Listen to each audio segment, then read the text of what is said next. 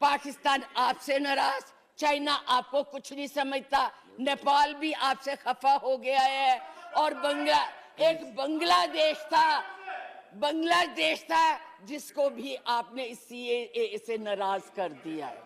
आज वो भी सोचने, उसके 4 मंत्रियों ने अपना प्रोग्राम कैंसिल किया। আসসালামু আলাইকুম বন্ধুরা, কেমন আছেন সবাই? আশা করি আপনারা সবাই ভালো আছেন। मैं हूं सजाद, मैं हूं नईम। तो गाइस आज हम जो वीडियो देखेंगे उसमें ये है कि मोदी जो है वो कैसे अपने नेबर कंट्रीज के लिए जो है वो खतरा बना हुआ है। खतरा नहीं बना हुआ बल्कि सब जो नेबर कंट्रीज हैं वो इंडिया से क्यों पीछे होते जा रहे हैं। और कांग्रेस की एक आंटी जी हैं, उन्होंने मोदी को खूब लताड़ा है इसके ऊपर कि तुम इंडिया के टुकड़े कर दोगे, तुमने इंडिया का बेड़ा गर्क कर देना है। अब उन्होंने ऐसा क्यों बोला, उन्होंने ये भी बोला है, आपने सुना, बल्कि आप सुनेंगे आगे जाके कि उन्होंने ये बोला कि आपके पाकिस्तान के साथ रिलेशन अच्छे नहीं है। हाँ, चाइना आपको कुछ नहीं समझता, इवन के नेपाल आपको कुछ नहीं समझ रहा, नेपाल के साथ अच्छे रिलेशन नहीं है। और अगर एक बांग्लादेश रहता था आपने उसको भी नाराज कर दिया। सीएए का जो कानून लेकर आए हो उसके साथ मतलब उनको भी नाराज आपने करके रख दिया। और इंडिया के मंत्री भी तो यही कुछ करते रहे। अमित शाह को देख लो, वो भी तो मतलब यही कुछ करता रहा है। और मोदी की अपनी स्पीचेस भी तो यही बताती रही है कि इन बंगालियों को यहाँ से निकालना नहीं चाहिए, इन बांग्लादेशियों को यहाँ से निकालना चाहिए। मोदी की स्पीचेस ऑन एयर आपको यूट्यूब के ऊपर मिल जाएंगी, पड़ी हुई हैं, कि जो वो बोल रहे हैं बांग्लादेश के खिलाफ। तो मतलब इंडिया के जो रिलेशन है वो सब कंट्रीज, जितने भी नेबर कंट्रीज हैं उनके साथ अच्छे नहीं हैं। और रिसेंटली आपने देखा कि वेस्ट बंगाल के जो इलेक्शन हुए हैं वहाँ पर मोदी का क्या हाल हुआ है। और उसके साथ ही हमने कल एक वीडियो किया था जिसमें हमने आपको तमिलनाडु और दूसरी जो स्टेट्स हैं वो भी हमने दिखाई थी। केरल की भी हमने बताया था कि वहाँ पर भी बिल्कुल मोदी की जो पार्टी है उसका सफाया हो गया। हाँ बिल्कुल। तो आज पहले ये वीडियो देखते हैं कि किस तरीके से जो अपोजिशन है वो मोदी को जो है वो लताड़ रही है। तो पहले देखते हैं आज की। बैठ जाइए, बैठो, चुप करके बैठो, सुनो। मैडम प्लीज आप चेयर को एड्रेस करें मैडम प्लीज।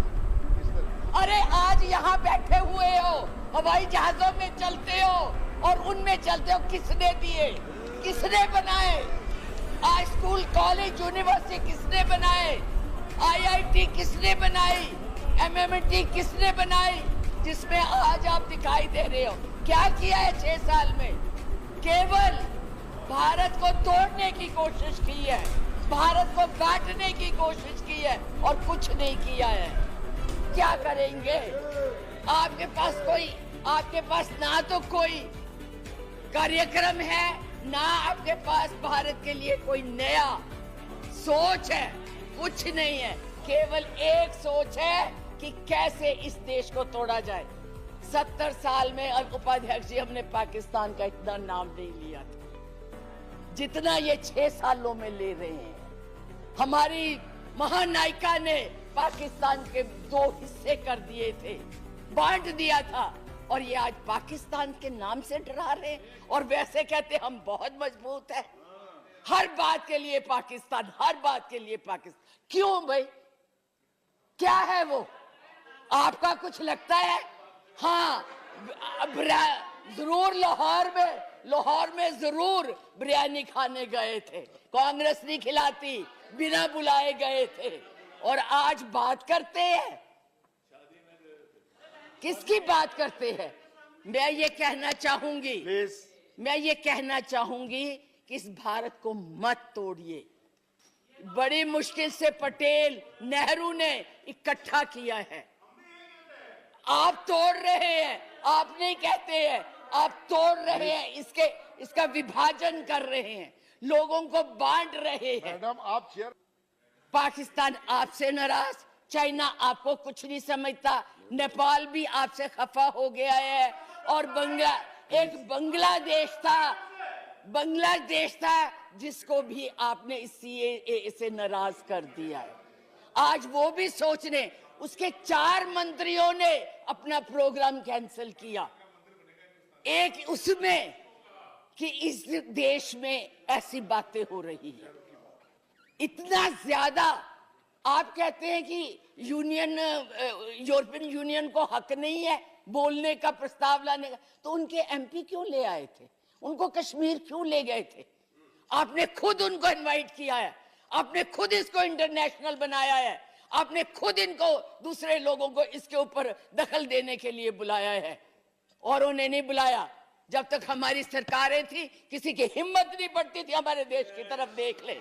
आप लोगों ने किया है ये सब, अपनी करतूतों को छुपाने के लिए उन लोगों की मदद ले रहे हैं। आपके पास कोई प्रोग्राम नहीं है, आपके पास कोई कार्यक्रम नहीं है, केवल एक कर्म है कि गोली से उड़ा दो जी, मार दो जी, खिला दो जी, यही आपकी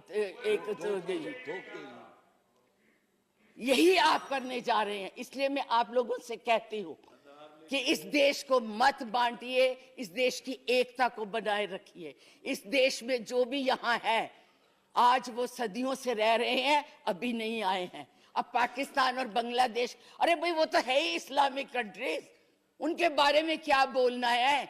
हम तो सेकुलर, हम तो धर्म को मानते हैं। किस धर्म की बात आप करते हैं? किस राम की बात करते हैं जिसने अपनी मर्यादा को रखने के लिए जनता की बातें सुनी थी? उस जनता की बात सुन के उसने सीता को वनवास भेज दिया, और आप लोग बात तक नहीं करना चाहते। किस राम राज्य की बात करते हैं? किसको पूजते हैं आप? मंदिर बनाइए, जरूर बनाइए, लेकिन उनके आदर्शों को भी मानिए, उनकी बताई हुई बातों को भी मानिए। सिर्फ केवल कहने से बात नहीं बनती है, ऊंचे ऊंचे भाषण देने से नहीं बात बनती। इसलिए मैं यही कहूंगी, इस देश को मत बांटिए, एक रहने दीजिए, ये नफरत मत फैलाइए, ये आपके लिए भी। ओके गाइस, तो ये था आज का वीडियो जिसमें हमने देखा है कि बीजेपी को, जो कांग्रेस है, उनकी एक लेडी ने खूब लताड़ा है और मोदी की जो पॉलिसीज हैं उनका भी पर्दाफाश करके रख दिया है कि आपका काम है सिर्फ गोली मारो, मार देंगे, ये कर देंगे, वो कर देंगे। जो पॉलिसीज हैं बीजेपी की वो सबके सामने है नहीं भाई, बिल्कुल। और उन्होंने ये भी बोला कि आप मुसलमानों की मस्जिद की बात, वो इनडायरेक्ट बात कर रही थी कि आप मंदिर बनाओ, बिल्कुल बनाओ, लेकिन मुसलमानों की मस्जिदों को तोड़ तोड़ कर तो ना बनाओ ना। हाँ, बिल्कुल। उनके जज्बात से तो ना खेलो।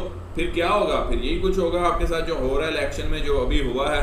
और नहीं भाई, एक चीज उन्होंने ये भी इधर बताया है कि उन्होंने ये बोला है कि मोदी की जो पॉलिसी है उनकी वजह से पाकिस्तान के साथ रिलेशन आपके अच्छे नहीं है, चाइना आपको कुछ नहीं समझता, ठीक है, नेपाल जो है उसके साथ आपके रिलेशन आपने बहुत खराब कर लिए हैं। और पीछे एक बांग्लादेश रहता था, और बांग्लादेश का भी जो आपने CAA का इंडिया में कानून लेकर आए हो, उसको लेकर बांग्लादेशियों को भी आपने नाराज कर लिया है। हाँ। और हमने ये भी रिसेंटली देखा है कि जब नरेंद्र मोदी अभी रिसेंटली पर गए थे तो वहां पर कितने हंगामे हुए थे, कितना दंगा फसाद, मतलब मोदी के खिलाफ कितने जुलूस निकले थे, कितने लोग सड़कों पर थे।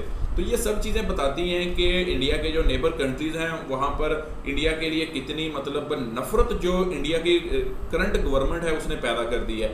लेकिन उसके बावजूद हम लोगों का, पाकिस्तानियों का नहीं भाई, जज्बा देखो कि जब ये कोविड-19 में इंडिया की सिचुएशन है तो पाकिस्तान की तरफ से जो इमदाद का ऐलान किया गया, पाकिस्तानी अवाम की तरफ से जो नेक ख्वाहिशात, दुआएं की जा रही हैं सोशल मीडिया पे हर तरफ के we are stand with India. तो ये होती है इंसानियत जो कि पाकिस्तान, बांग्लादेश और दूसरे मुल्कों में आपको मिलेगी। लेकिन इंडिया के लोगों को भी जो थोड़ा सा है ना, इंडिया की गवर्नमेंट को स्पेशली सोचना चाहिए। लोग तो मतलब काफी पॉजिटिव लोग भी हैं इंडिया में, नेगेटिव भी हैं, वो तो पाकिस्तान में भी होंगे, वो बांग्लादेश में भी होंगे, पॉजिटिव नेगेटिव हर जगह पर होते हैं। लेकिन जो गवर्नमेंट है ना, उनको सोचना चाहिए कि ताल्लुक कैसे बेहतर करने हैं। आप कश्मीर का मसला हल करो, आप जो है मुसलमानों के जज्बात से खेलना बंद करो।